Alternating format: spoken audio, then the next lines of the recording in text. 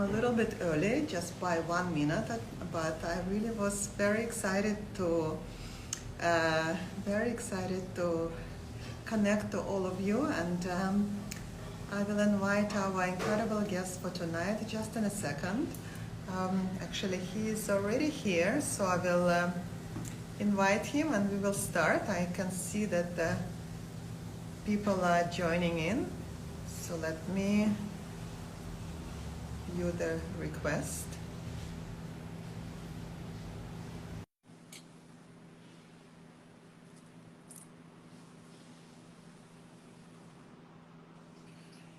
Jonathan, Hello.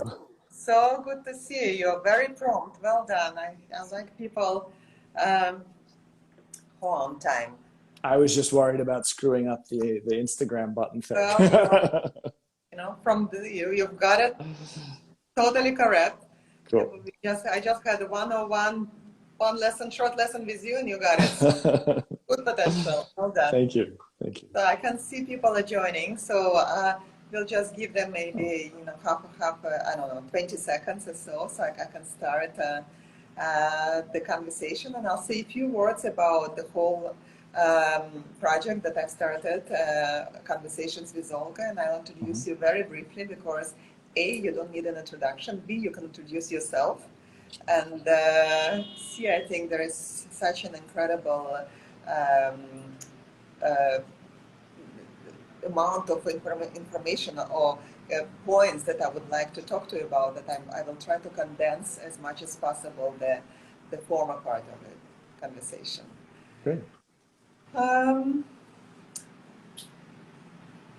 I think we should start going, and I will welcome everyone. Conversations with Olga. Welcome everyone, and thank you for joining us. Good evening in Singapore, good morning in America, and good afternoon in Europe. And this is why actually I always try to choose a time around this 8 p.m. in Singapore, so we can capture all audiences from all over the world with the different time zones. Conversations with Olga is an IGTV YouTube series that I started actually during the circuit breaker about 2 years ago, with the goal to introduce friends and personalities I've met over my career and during my life to the multicultural Singaporean and global community through a platform that is really easy to access and interesting. The conversations run the gamut of intellectual and cultural exchanges to more personal conversations about how people fulfill their dreams. My main mission and hope for the series is to inspire and cultivate a more diverse and inclusive community that can learn from one another. It's an honor tonight for me to welcome for episode number 36, Dr. Jonathan Marshall, executive coach, psychologist, and leadership trainer.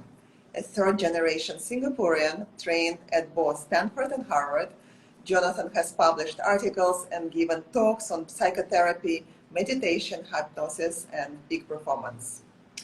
He's a man of many interests, many of which may sound niche, but actually are relevant to each and every one of us. To all who are joining us live today, welcome to what I know will be a thought-provoking discussion from which you will gain insights into bettering your own lives. And once again, I had a difficulty to condense the topics and the questions that I wanted to talk about because you, Jonathan, are incredible with all what you do, and with so many different incredible subjects to explore. So I hope that one day you will come back to yet for another session. But from now on, very kind. welcome to Conversations with Olga, Jonathan. And, thank you. But for now, as I said, it was very difficult for me to choose what are the essentials that I should start with, and many of the topics you've been researching and practicing over many years. Before we go into them, I would like to know, how do you get there, and what led you to psychology?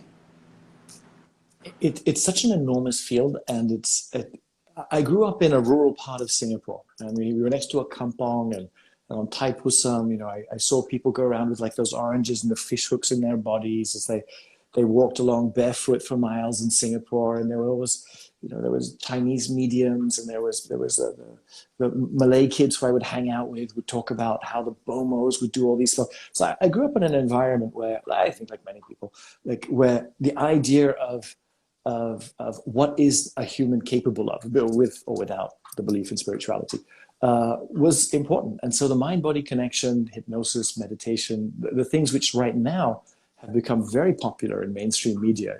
Yes. People taking ice baths for like ridiculous periods of time was fascinating to me already. I also was the youngest child in my family. And I remember when I saw in a magazine, you could learn hypnosis. I thought, oh my God, that would mean it would be my sister who would turn on the TV and change the channel rather than me. I got to learn hypnosis because I'm sick and tired because we didn't have remote controls.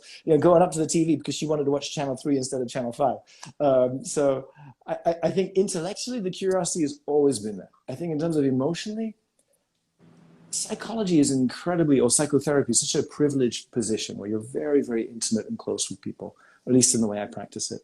And I was a lonely kid.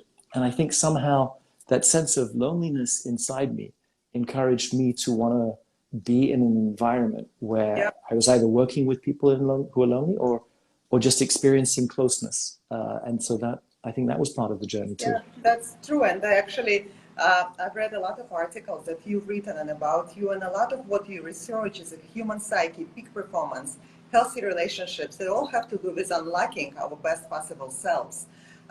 What prompted you to specialize in these areas of research? It just sort of happened. It's more something that I found. And at first I thought I must be making this up.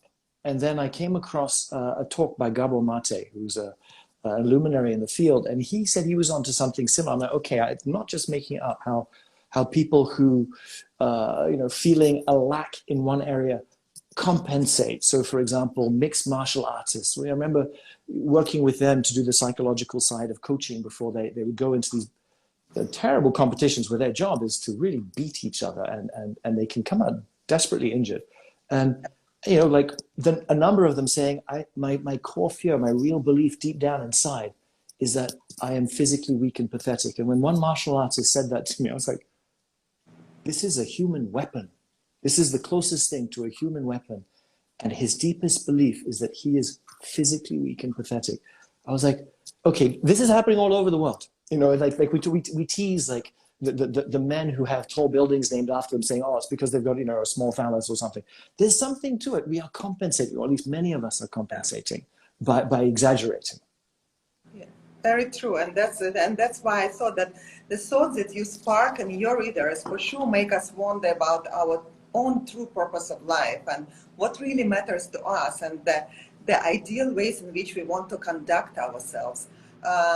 In your opinion, do you think that your work is a way to uncover perhaps the answer? What is the meaning of life? I know it's very it's a broad question, but it's a fair one. It's interesting. I've rarely met a happy person who cares about the meaning of life. The same person, when depressed, cares about why, is life meaningful and should I go on and all that. But like happier people seem very interested in how do I live life? What is the experience of living? How do I engage? And so I think my work is really about helping people be freer in life, that the suffering that I think we all carry because of our own self-authorship is less, and that people may engage more deeply with the experience of living. Yes. Very true. And we will touch a little bit just in a few seconds about your TED talk on the butterfly effect. But could you share a little bit more about what psychotherapy in general entails and mental health? What is mental health as a health? And how do you decide what areas you focus of life for different clients, for different issues, if they come to seek your help and advice?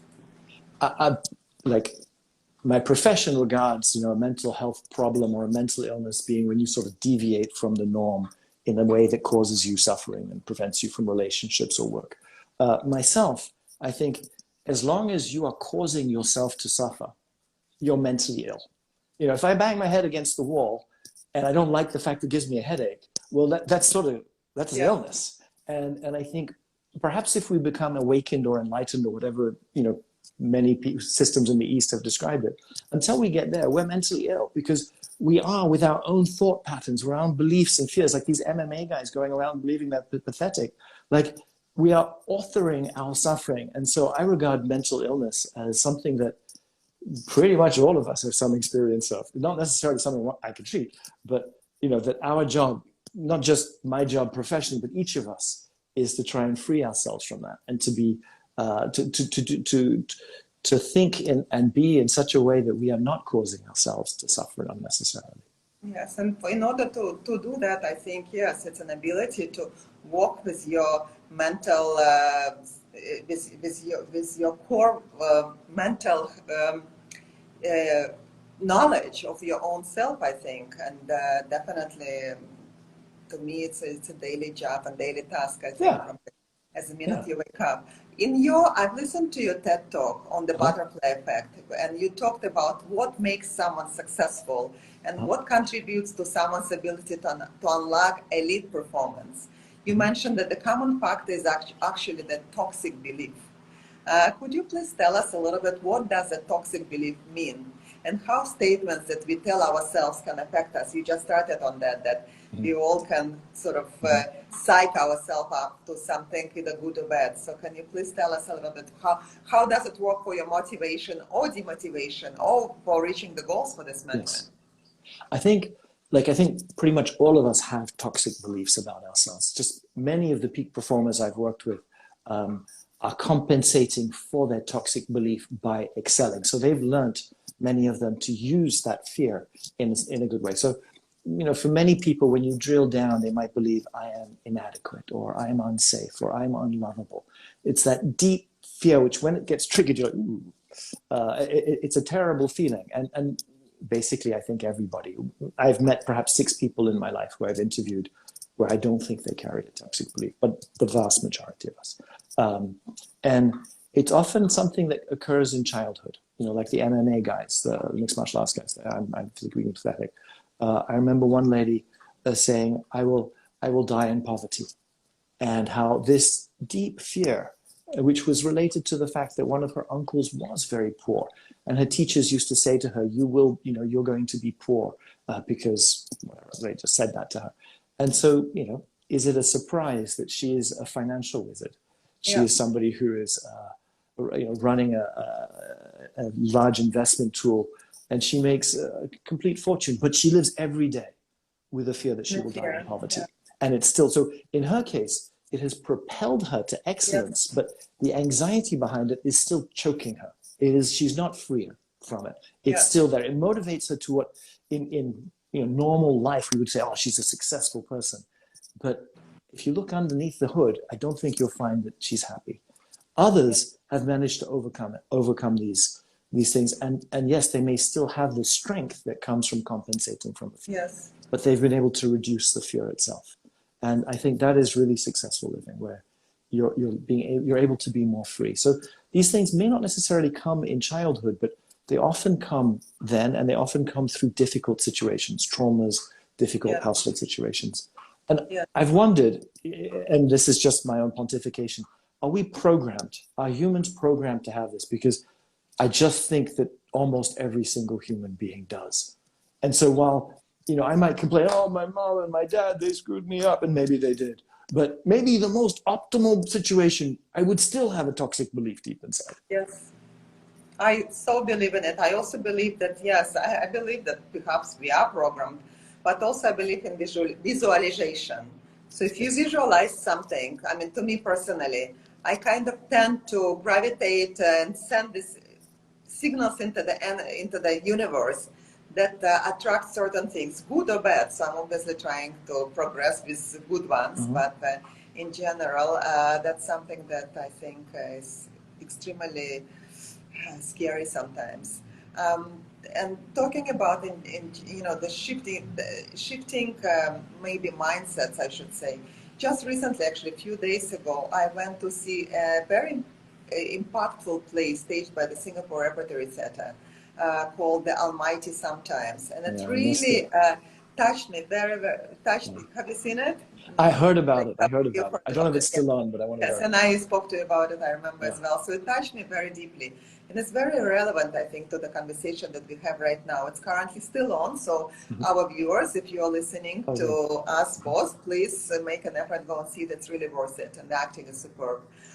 So what I realize and why I observe it, and that the older generation used to be very skeptical about mental health issues, and seeking therapy was always a taboo in my family as well. Mhm.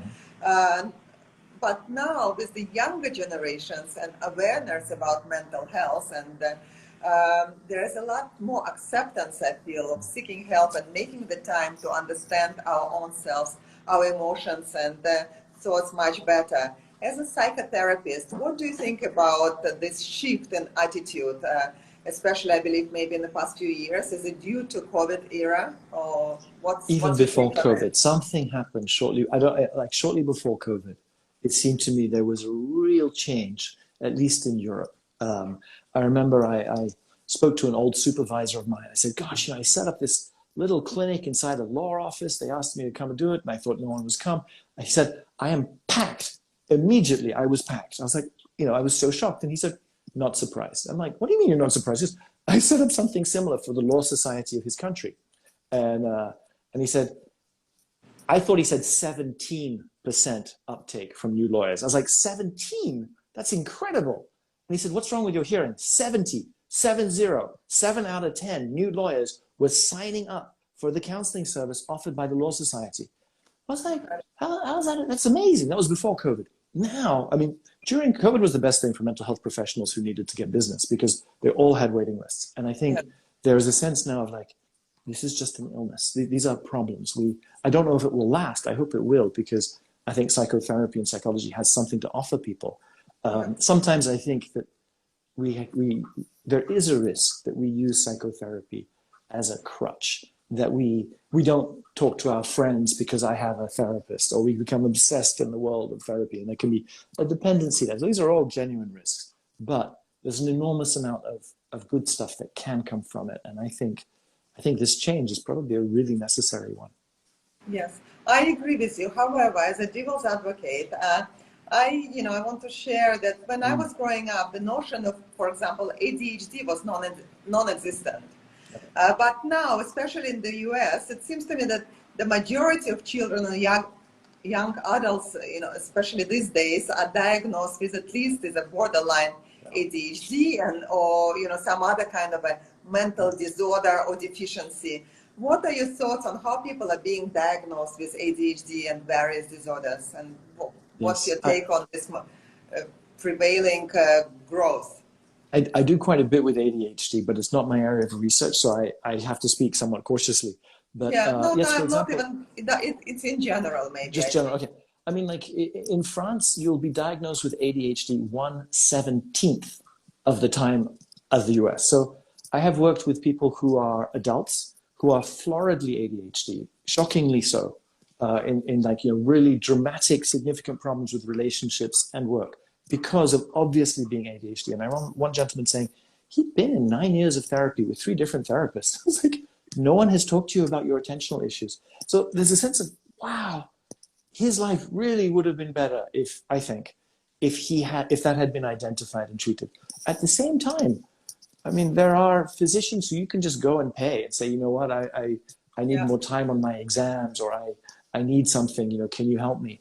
And they're like, they won't even do it. They won't do a diagnostic because the pharmaceuticals are behind, encouraging people. So there's I think a genuine benefit by getting a good diagnosis and effective treatment, be it psychopharmacological or be it other forms of treatment.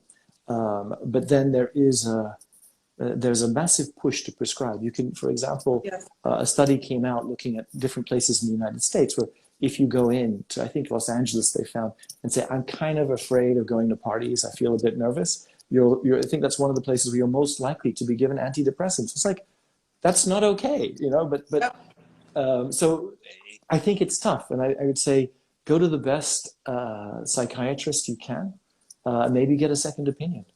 Yes. And also on the same subject, with increased knowledge that we all have through the internet and or digital media or just Mm.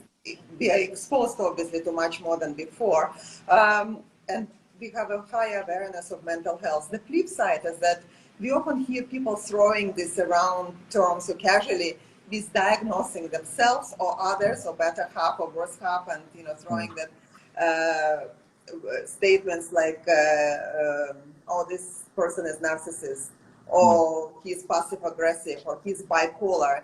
If someone makes this kind of statement about a person, what is your reaction to it? There's a part of me which goes, someone says, oh, Biden's got dementia and Trump's got narcissism or whatever it is. Part of it, oh, is that really? Like, I'm curious, what makes you say that? Or I might, secretly, some part of me go, oh, maybe you're right.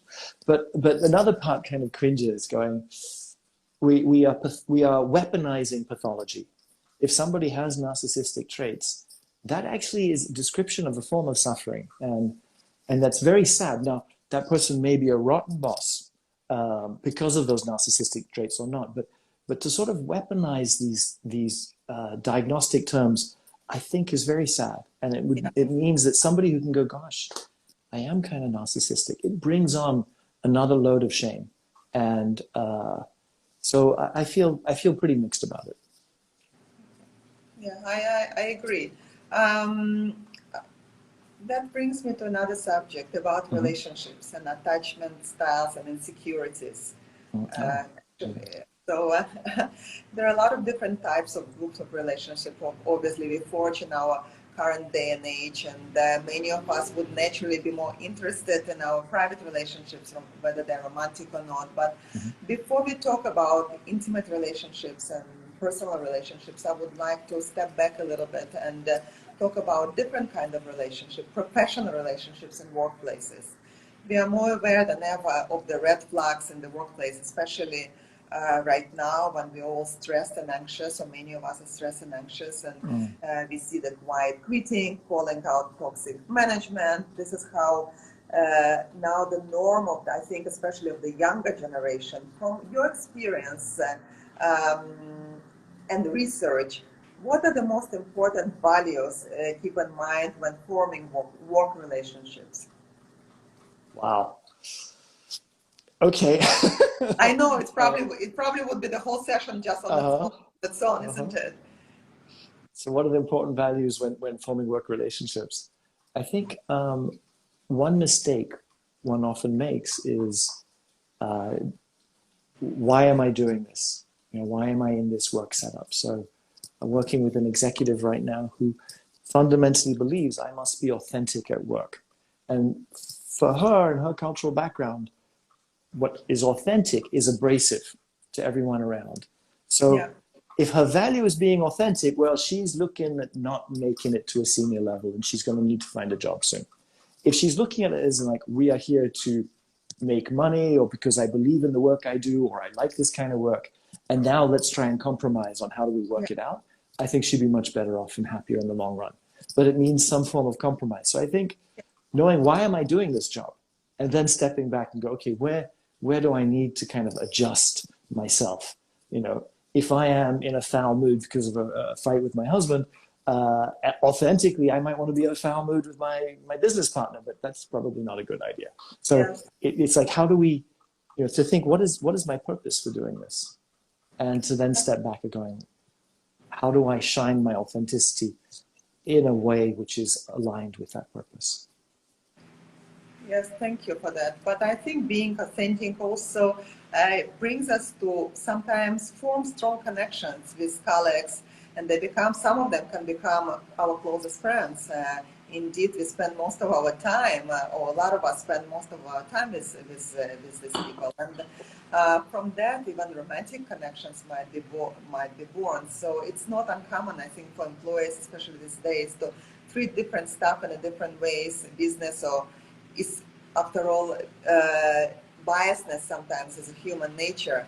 What happens to these relationships when professional relationships between a colleague and employee gets strained or gravitates into something absolutely unexpected? For example, even moving into it's a little bit of a spin-off of the same topic. With the current layoff, for example, on Twitter. How does this cause major stress as well? And both for the ones who laid off and for the ones who stay still in the company. Mhm. Yeah, really tough, right? Like it'd be sort of so clean if we didn't actually have personal relationships at work. I don't know if work would work any better, but it'd be a heck of a lot cleaner. But when you're looking at, for example, your brother is a terrible manager, and it's time to fire him. What are you going to do? Because you know it's going to cause a lot of family problems. Or I think it's tough. I think it's really tough, and I think places which are not the same but similar. For example, especially in Asian culture, how do you manage someone who's senior to you? There's a relationship of respecting authority that we have, and yet you've got to tell that authority figure what to do, or maybe even get rid of them.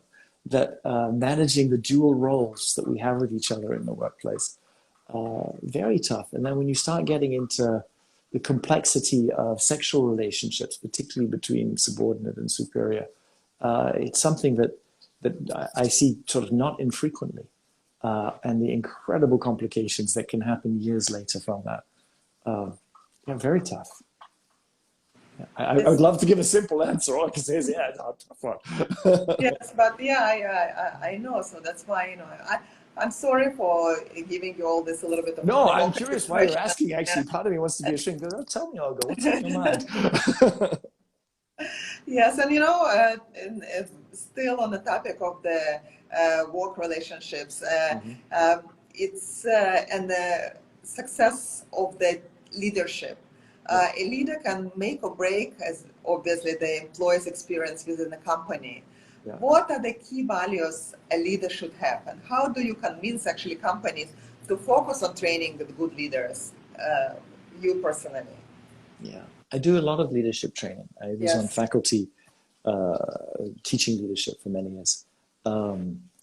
And I think as a leader, sort of knowing again, where's your true north? What are you pointing towards?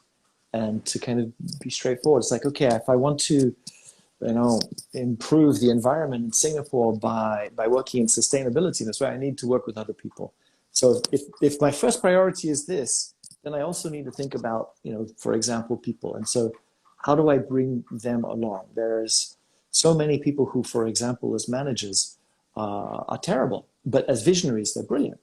yes, And so maybe the thing to do there is go, I'm a thought leader. I am, not a manager. Or if I'm going to be a manager, I need to get a coach or someone to help me out with this. So I think it's again sort of listening to what is my true north, be as a person who's got some influence, and then how does the rest fit around it. So yes. it's a sense of honesty with me, and then stepping back and how is the collective, or how's the environment, the workplace, how am I using the workplace in order to pursue that sense of true north. Yes. And talking about the workplace, thank you for sharing it. And talking about the workplace, Mm. a lot of times intersocial politics can Mm. parallel like a schoolyard bullying. It seems to me Mm. that even as we mature, there are a lot of people who remain unaware of their subconscious minds, and this Yeah. could lead into the unhealthy and inappropriate, I think, behavior. Some people cope with their insecurities in so many different ways, so inadequacy by making others feel inadequate. How do we cope with lashing out Mm. when we feel bad about ourselves, especially in a social environment, in a work environment? How do we cope with our own lashing out, or somebody lashing out at Yes, us? both, actually. Both. With Yeah. lashing out in general. Yeah. I Well, I guess there are certain tools that could be shared as I or what you teach, I guess, maybe. I think like if one has the courage to see, if I have the courage to see how I am a perpetrator, how I have lashed out at someone, I think finding one person you can talk to about it. Oh, I did it again, damn it. That just one person can make an enormous difference, because we can build up shame and then resentment to the person you lashed out at. So now they're dealing with you lashed out at them, and now you're resentful towards them. And we can it's but having one person, I think, who we can kind of confess to already helps. Like secrets have a way of being more toxic. And I think when being lashed out, gosh, that's a really tough one. I know myself I've been lashed out at, and how to. I remember as a pre-doc, I had a supervisor who was vicious, but I was writing my dissertation. I didn't have space to rock the boat. And so I had two supervisors, fortunately, one who was wonderful and brilliant, and I loved him. And I would go to him first, and I would present the same case, and I'd listen to his ideas. So I'd take his ideas, and I'd go to the lady I didn't like, and who was really strange. And I present the same case, but with Jerry's ideas, as if they were my own, because I need to cover myself. And watch her berate me for being stupid and dumb, and why didn't I have any education, and attack me. I'm like, wow, clearly, and just going, there was nothing I could do. I am a pre-doc. I'm writing my dissertation. I just have to finish this year. And just taking that, there was nothing else I could see that I could do, at least at that time. Once I'd done my dissertation, I then let fly. Yes, you knew. But I right then, I was like, just take it. And that's a horrible feeling, but that's all I could think of doing at that time. And that brings me actually to another expression, I should say, of sometimes lashing out, or the other way around, is body language, and how does it entail into the relationship or into the communication with people. Actually, I recently wrote a post about flirting, for example, and how it's intuitive, and it doesn't always have to be explicitly sexual or provocative. It can also be elegant and respectful, and the key is to be sensitive and approachable. So how do we remain self-aware and not instigate a push and pull, or subconsciously play mind games because of our own fears? And this is basically continuation of the story that you were telling us about just now. I mean, I think nonverbal behavior is a fascinating area, and particularly when you start looking around the muscles of the face and the eyes. That sort of research on that has been really fascinating. You can now predict using these nonverbal methods as well as verbal. So sort of electrodes over people's bodies and cameras in each other's faces. And you say to a couple, a married couple, the magic words, which are, please have a productive conversation. And apparently all couples know that means have a fight. And so me as a graduate student, we'd watch these couples like really attacking each other, and we could predict based on the nonverbals as well as some physiological data and some verbal data. We could predict at that time with 90% accuracy their marital satisfaction 4 years in the future. So 4 years from now, I could tell you how happily married you'll be based on such a recording. Now it's well above 95. I think it's above 95% now that they can do this. So the nonverbals are fascinating, how we communicate with each other. And some people go on to say, like, it's not just visual, something else. It might be smell or auditory or some sense that we don't know that we have, which is being transmitted between people. Absolutely. I wouldn't know. But clearly very important. And managing it, that's one of the beauties of it. It's so hard to manage. It's unconscious most of the time. The fact that I look at my girlfriend and my pupils dilate, like, all right, she knows I'm a sucker tonight.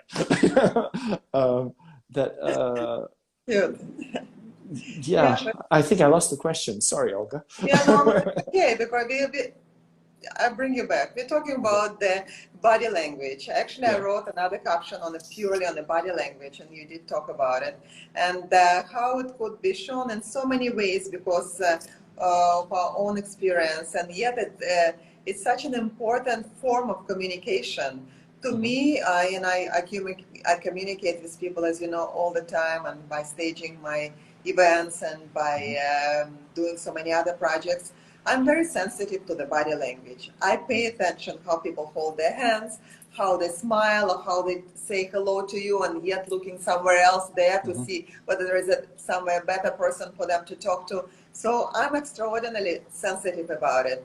And what about you? Do you pay close attention to body language and facial expression, and when you meet people in general? And I'm personally, I think, and I believe I'm a good judge of character because I do pay attention at the body language and how people express themselves in nonverbal communication. So I would like to hear.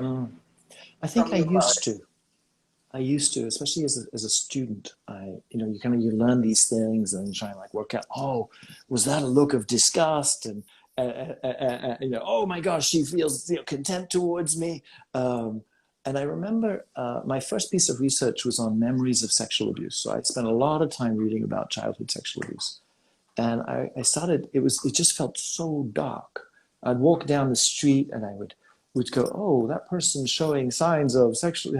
Now I had no, how would I know? Yes, But yes, I would buy something from the grocery store and I would be sort of imagining that I was seeing signs. And I was like, yeah, this is terrible. Like my yes, mind is polluted and so I don't know if I still do it much, but I think it's probably become more of an unconscious competence that yes.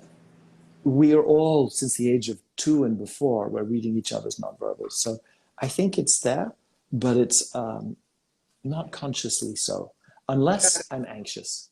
If I'm really anxious, let's say I've had a fight with my partner, then I might more consciously be aware of Yes. nonverbal cues. But otherwise, I I'm not understand. really. Actually, I totally can relate to when I was a young girl and I was in the university as well. I was working at Sloan Kettering Cancer Center Mm-hmm. in New York Mm-hmm. as a phlebotomist over the weekends just to earn Oh. money. And I used to draw blood from very, very sick patients. And sometimes I had 100 people in one go. And I used to come home and I used to feel that I basically have every single cancer in my body. And it affected me tremendously because I was talking to these people and I was Yeah. engaging with them and I felt the energy. And I just basically, just like you felt walking in the streets, that everybody is a sexual abuser. That's Mm-hmm. how I felt, me personally. And I basically, that's just a personal story. And I quit that job after a number of months because I just couldn't handle it mentally.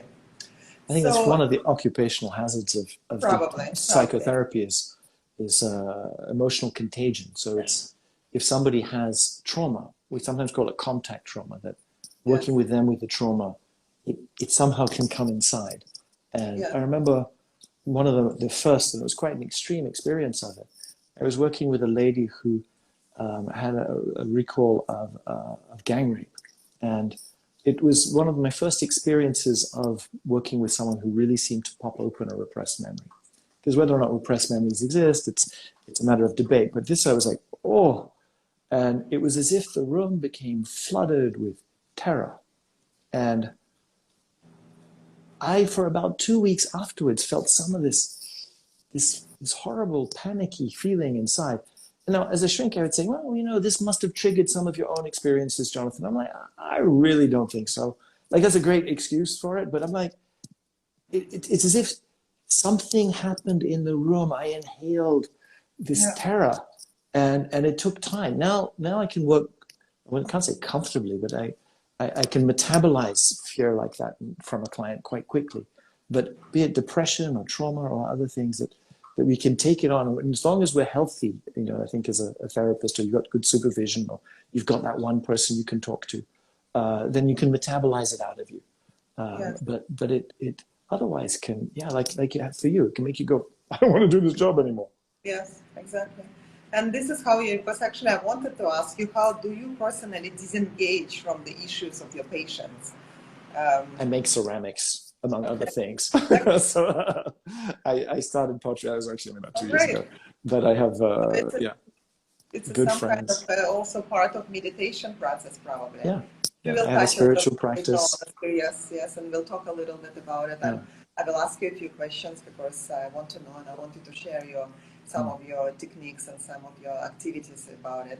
mm, Mindfulness is easy said than done. mm. We can still be triggered to be annoyed easily. Everyone has a limit to their patience, certainly I do. What are some instances where you really cannot control your anger, despite calming tactics, or maybe patients who cannot practice the restraint? What can be, what do we do as a damage control, and what are Mm. the tools to do so? Just a few. Me personally, or sort of general? Uh, Yeah. well, you personally first. Me personally, I noticed recently how I can become a little overprotective, particularly when women are getting aggressed. After my father passed away, my immediate relatives were, it was all 10 women. And so I think that even when he was around, like there's a sense in which my environment is one which has been heavily, there's a lot of estrogen in it. And I wonder if that's part of why. So for example, working with a couple where the husband was like, you are so stupid. And I could feel inside me this, whoa, like a sudden bolt of anger. And I'm like, that has no place here. That is my own personal trigger. And, and so that's just kind of good to be aware of, that in certain situations I can overreact if I'm not careful. Unfortunately, in that one, I just remained angrily silent, but I'm sure he felt it, and that wasn't going to be helpful in any way to anyone in that situation. But what can we do? I think one, know what your triggers are. Know like these are things that upset me, and try and avoid them. Try and back away. Try and have someone there to hold your hand. You know, when your spouse says, "Oh, hon, you're making it up that I'm coming back late from work again," you know, or you're making it up that I have perfume on my face. It's like, you know, like, of course you got perfume on your face, and why is this hair on your, you know, like you know, like you're driving me crazy. It's like, well, do you really want to let fly right now, or is it better to take a step back? And sometimes you might go, no, it's better to let fly, and sometimes you might go, no, it's better to strike when the iron is cold. Yeah, I love but that phrase. exactly, yeah, and this is actually what I wanted to ask you. Do you feel that there are instances where anger serves us actually positively? Absolutely. And I know my Tibetan Buddhist friends, or many of my Buddhist friends would disagree. But I think when we are overcoming trauma, where we've been victimized, it's very hard to go from I feel like a victim to I feel equanimity. It seems to me a much faster path to go from I feel like a victim to you know, like to explode with anger. Uh, and from that place of anger, there can be a strength and a Yeah, hardness and a separation. And then we can come back. And but there is a Tibetan Buddhist saying, which I really like, which is with anger, it should be like sand in a conch shell, something you blow out quickly. It's a like if you're gonna be angry in a contained way, in a safe space, let's say in a therapist's office, but to become an angry person, that's gonna make you sick. yeah.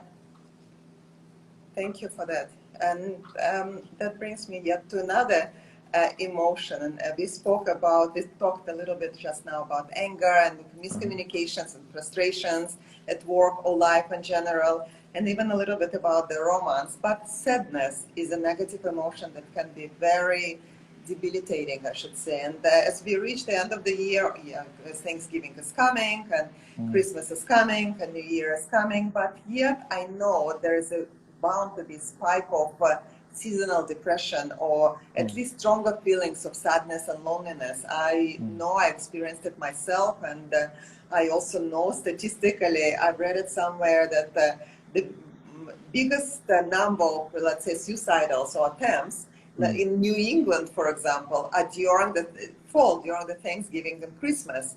And vacations and Christmas, I think, rank and 40, I even wrote it down, rank 41st and 42nd on a well-researched list of events that predictably give rise to stress-related illnesses in the US.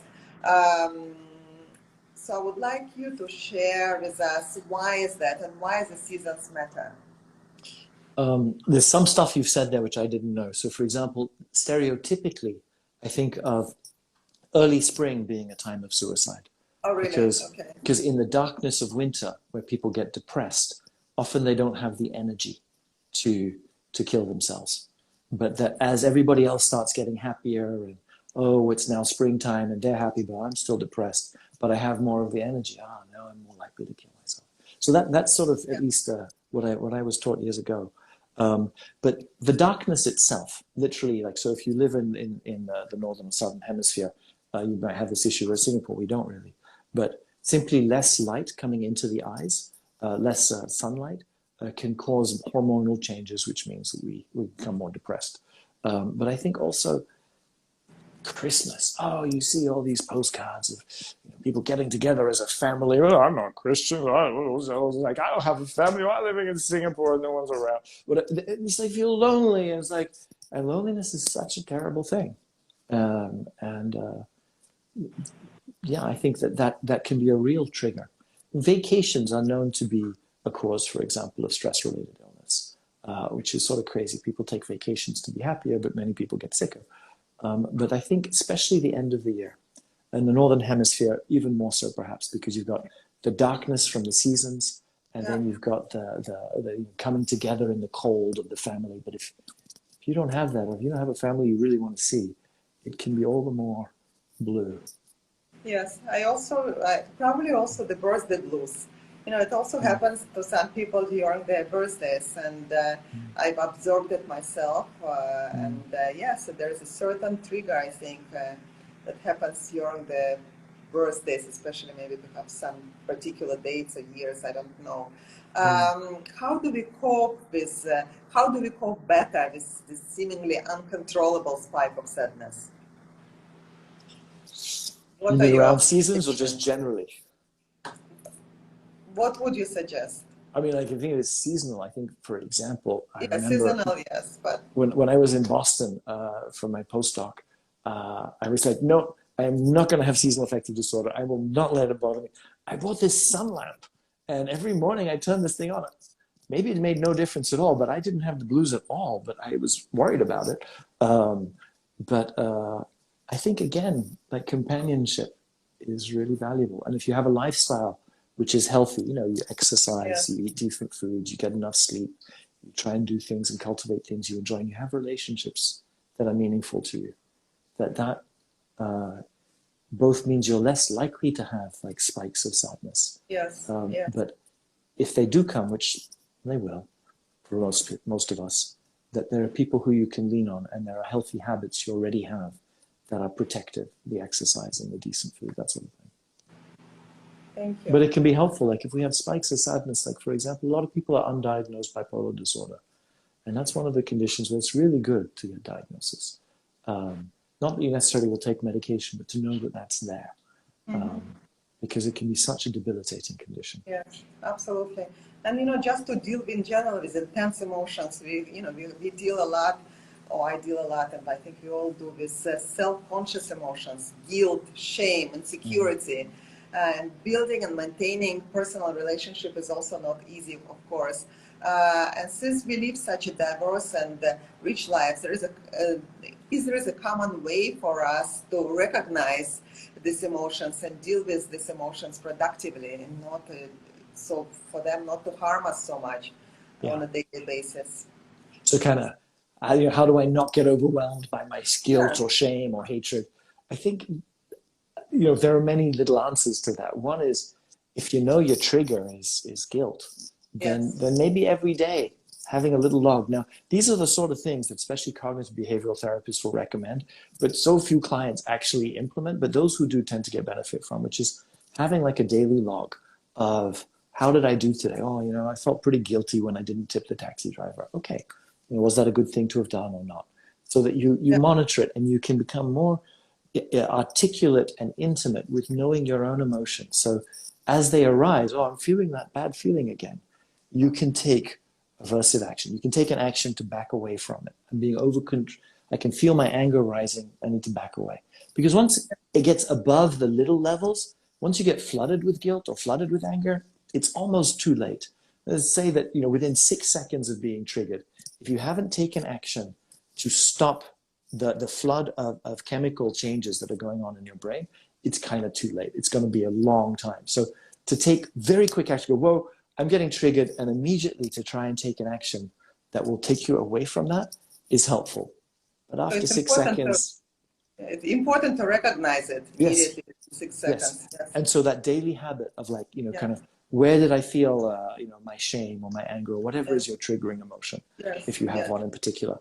So then you become more sensitive. Oh, I can feel it happening now. Yes, exactly. Because there are social emotions that are triggered by gossip, for example, can be tremendously damaging and have tremendously really negative effect on our lives, and shame as well, as we were talking about it. But it could be either motivational, I think, but also degrading. So if there is any possibility of breaking down, of really challenging ourselves through the emotions, and there's two parts of it. Either one is to break, and another one is to build ourselves up again.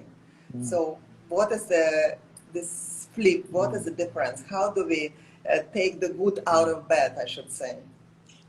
Yeah, I personally find it tough. I was very recently threatened with violence in a context where I was like, huh? Why? It was just so like a surprise. And I found myself feeling quite chilled. Like this seems so inappropriate and disturbing. And going, okay, do I want to talk about it with a bunch of people? And it was like, no, that's just reopening it. Sometimes when a bad, Yeah, especially fear comes up, it can be healthy to have a bit of distance unless it's in a therapeutic context. yeah, So, people, for example, who are traumatized by 9/11, stop watching the TV. Like if you've been yes, traumatized by what's happening in the Ukraine, then turn off the news yeah, so that you don't keep opening that up again. And again, like some people, if you've got very strong concentration, then meditation can be helpful. Most of us, if we have a very difficult emotion arise, our concentration gets obliterated. So yeah, meditation can actually be harmful because you're there just ruminating, in effect. Um, but there are techniques like EMDR, this really odd sounding psychotherapy method that just turns out it works, where you kind of move your eyes back and forth looking at someone's fingers, how that can help process some of these emotions. So I think working out what's good for you.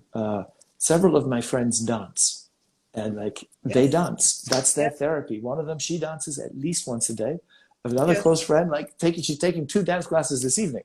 I'm yeah. like, it's like that's It's their way great. of, yeah, yeah. I envy. Love I'm it. like, I wish I Yeah, were a better dancer. yes, I love it.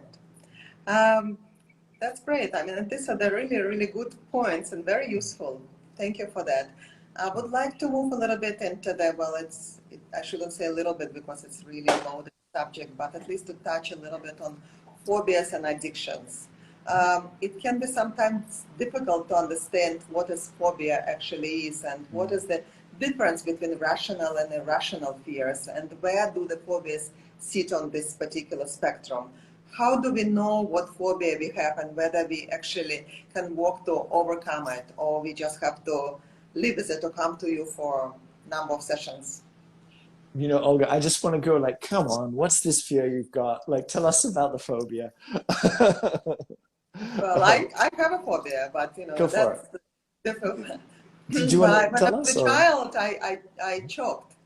you I was choked? a Okay. little girl. I choked, and Yeah. there was nobody around me, and I Yeah. almost died. And it was in the Oh. middle of nowhere, so my grandmother managed to get that little piece of bread Mm. out of me, and I survived. But since then, I think I was maybe about 8 years old, and I do have a phobia of swallowing Mm. and of going under the water because to Yep. me, Yep. my SOPA psychology saying that this fear comes from what I've experienced in my childhood. So to me, Mm-hmm. it's a phobia, which I Mm. probably never addressed, and I still Yep. have this. Yep. So, And some part of you is probably quite rightly afraid of certain things around swallowing. And you might go, well, that's irrational because swallowing is easy enough. It's like, yeah, well, it almost killed me, yes, and that's a very sensible thing to think because you almost died. And so, respecting the fact that it might seem irrational, but there's some part of you it's pretty important. If that was something where you wanted to get through it, there are multiple methods. So EMDR, for example, again, bizarre but generally effective method. Um, there are other phobia treatments that can be useful. Some of them can be a bit scary. It's like you're afraid of snakes. Oh, so let's go and pick up a snake. That sounds charming. But that it can be a very helpful method, this sort of exposure therapy. But to kind of go, there are certain things that I am disproportionately uncomfortable with, certain things around choking. Is it worth it for me to try and overcome it? yeah, And the answer may be no. But if it's yes, give it a couple of yeah, sessions. I remember one of the first cases I saw of flying phobia, and it was so yeah. memorable because it was very touching. This guy was an air steward. He'd been an air steward. That's He'd quite been a funny oh, phobia to have being an air steward. terrible. Actually, he had been the flying phobia actually came after he'd stopped being an air steward. So fortunately, it didn't affect his career, but it affected his relationship. He explained to me that the thing that bonded him and his boyfriend together is that they would go flying around Southeast Asia over the weekends, and now he had a really and it was like, okay, we're going to do a little bit of hypnosis. There are protocols around this, but I was like, I just kind of like, I don't know what we're going to do, but we're going to try something. And hypnosis seemed like the right way to go. And it was such a beautiful experience. This guy had inside such a lot of fear that it seemed like had come from a traumatic flight a long time before. I mean, who knows if that really was the cause. And in resolving this, there was such a sense of freedom and self-acceptance that it almost seemed that curing the phobia was only part of the treatment. The other part was his ability to embrace himself a bit better. So in any case, I'd say if the phobia gets in your way, give it a try. It might not be as hard as it seems. Thank you for that. Thank you. We have to move on a little bit now because we almost, I would like to still touch upon a few subjects, and one is social media, of course, and the awareness and mindset about social media and all kind of digital trends that are affecting our perception and our life and knowledge about mental health and in general.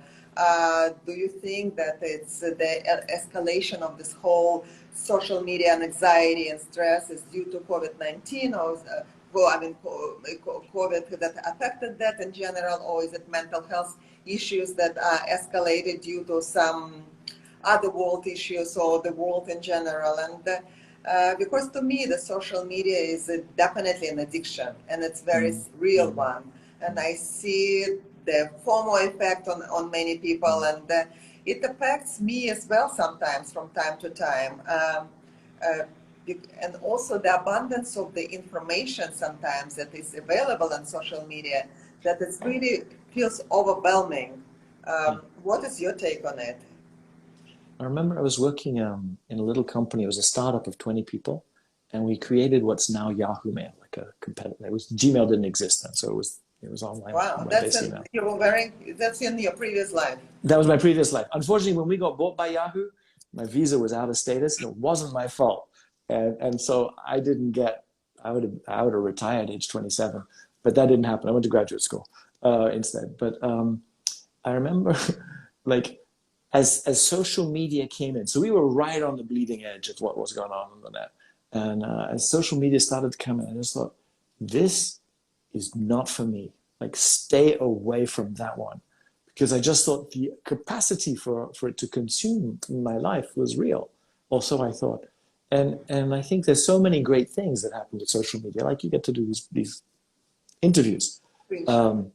But the we're up against machines designed to interrupt us. Their job is to interrupt into our lives for ultimately the purpose of making money. And so to think that I have the capacity to manage all the notifications that come in a sensible way, it's like I don't, just blocking them all except WhatsApp. I think it's a really, really tough one, and I don't have a great solution. And my answer has been to try and step away as much as possible. But that means, for example, in coming on this call today, I was like, damn it, which button do I press? So I might seem like a let-up. That's good. I admire that. It's mixed because there are great things in social media can offer. Of course, but do you think that many people are expressing themselves through social media because of their insecurities and use it to paint themselves as a better in a very superficial way? Even the number of apps that are available, beautifying apps, filters that are available for this purpose are overwhelming, and it just, you don't see the real personalities behind it. You don't see the authenticity. And to me, it's a little bit of some kind of, I don't want to call it obviously mental disorder, but it is a disorder to me. It is something that I think is not good. It's not really healthy. I just spent 10 days in a Buddhist monastery where I had to park my phone away. And part of it was like me not being attached to the net, like seriously? And just looking around going, it was great. Not at first. And there were times I'm like, oh, I really want to know, is she thinking about me? You know, I guess she's not, I want to call her, or maybe I should, so like all of that nonsense was going on. But at the end of that time, I was like, this feels somehow more easy. And it doesn't, like, I didn't need to be I don't need to check my WhatsApp so many times a Yes. day. But I think in my own sense of void, my own cracks inside, I hunger to like go to the fridge and have a piece of something to eat. Or if I was a gambler, like to pull on a one-armed bandit, or given I'm a phone carrier, to look at my phone and see, did Yes. nobody send me a message, or is there something that can occupy my bored, lonely, and anxious mind? Um, I think That's it's a beautiful. I think we all have to aim for that, to be honest with you. And yeah. there is something that I personally have to work on. And I actually admire my son, Mark, who I had a session with him, and he had to go and register himself on an Instagram just to go on the session, and after that he disconnected. So I was really very proud of him, I must say. So it's great. And I know that going into the meditation and silent meditation, you are a very spiritual person. We talk about it with you when we meet and we talk about it. Can you please share with us your core belief? What are your, besides meditations, what are your go-to techniques that work for you? How do you express yourself through different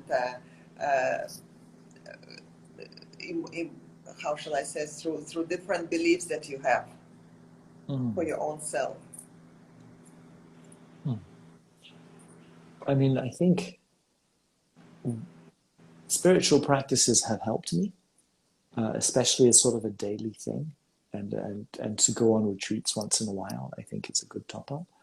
But for me, I think relating to people, love, feeling love, and having loving relationships, be it family, friends, partners, that has been more valuable than anything else. And that sounds very corny, perhaps, but It's real. It's it's true. real. It's real. Yeah. Like my meditation practice, I have buddies who have meditation practices that are just like, wow, they're off with the fairies, and that's really changed them. I haven't got there, but as a sort of a drip by drip, hopefully this is helpful. I think it is. Yes, but having loving relationships, people who care about me, support me, accept me, and who I can do the same with. That's been more growthful than anything else. Thank you for sharing. That's wonderful. And on this note, who are your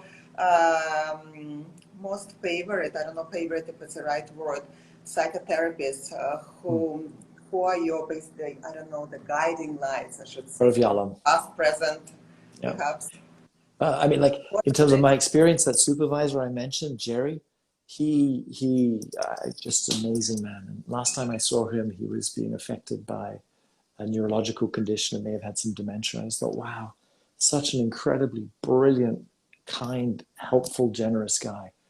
Like to watch him dwindle is so, I don't know, it was tough. But in terms of authors and famous people, Irv Yalom had a massive influence on me. I didn't know it at the time that he was the head of the lab that I then became part of as an undergraduate and a graduate student. But he'd stopped being the boss. So I used to work in his office. It was his office at Irv Yalom because he's never there. So it was the worst office. So graduate students and undergraduates got to use it. And I was like, oh my God, Irv is so cool. And I remember the secretary said to me one day when I was an undergraduate, Irv's in the lab today, which he rarely was because he was retired. And so I bumped into him in the car. And I'm like, oh my God, that's Irv Yalom. And he looked at me like, yeah, I you're love him. obviously I love exactly. his books. I Yeah, totally love his he's books. I totally think, great. oh, he's great. Yeah, he's He's good. absolutely great. He's one of my favorite authors. It's incredible. I envy you in a good Yeah, way. That's no, no, fantastic. he. Yeah, I found myself thinking a lot without even knowing. I think I kind of imbued some of his Yes, stuff. So also he's a great writer. yes, Um, great writer. Like yeah, his Schopenhauer's Cure or some of this was fantastic. yeah, Oh, I'm so happy that yeah, we share the same yeah. um, like for this incredible person, and it's incredible that know him personally. Thank you for I sharing. bumped into Uh, him on the corridor. well, that's good enough. That's definitely one. Yeah. It's amazing. Um, well, we had an incredible, very interesting, I think, insightful discussion. Is there anything else you would like to share, or something really that we all of us would like to take away from this conversation? tonight? I think for me, the thing that comes up again and again in my work, and be it with highly accomplished people or people who are not, um, is the importance of coming to terms with core fears, core beliefs about ourselves or the world that are damaging us, and that these things can generate so much anxiety that, and I think, yeah, apart from like the very, very tiny number of people who I've met who seem not to, but all of us seem to carry them, that being able to know what is your core fear. You know, I'm unlovable, I'm inadequate. These are, you know, typical ones. You know, the world is unsafe, or I'm dangerous. That, and then finding ways to challenge those beliefs. Maybe it's true, maybe it's not, and to increase one's capacity for self-acceptance is one of the greatest things I think we can do for liberating ourselves from the suffering we cause ourselves and all the kind of nonsense we say to ourselves. We can really damage, pull ourselves down. But that knowing your core negative self-belief, I call them toxic thoughts, and finding more room around it, challenging them, having more space and acceptance for that, for those thoughts, I think it's something perhaps all of us could benefit from. Thank you for that. That's really, really very important, and I hope all of you, our viewers, will remember that. Well, this conversation will be recorded on my IGTV, or IG, I should say, Events by Olga, as well as on the YouTube under Conversations with Olga. So please go back, learn the lessons, or perhaps, Jonathan, can you please tell all of us where our viewers can read more about you, or how can they contact you, and how can they communicate with you? So can you please share your...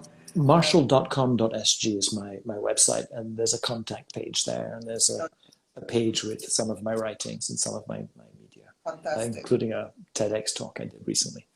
So yeah, marshall.com.sg.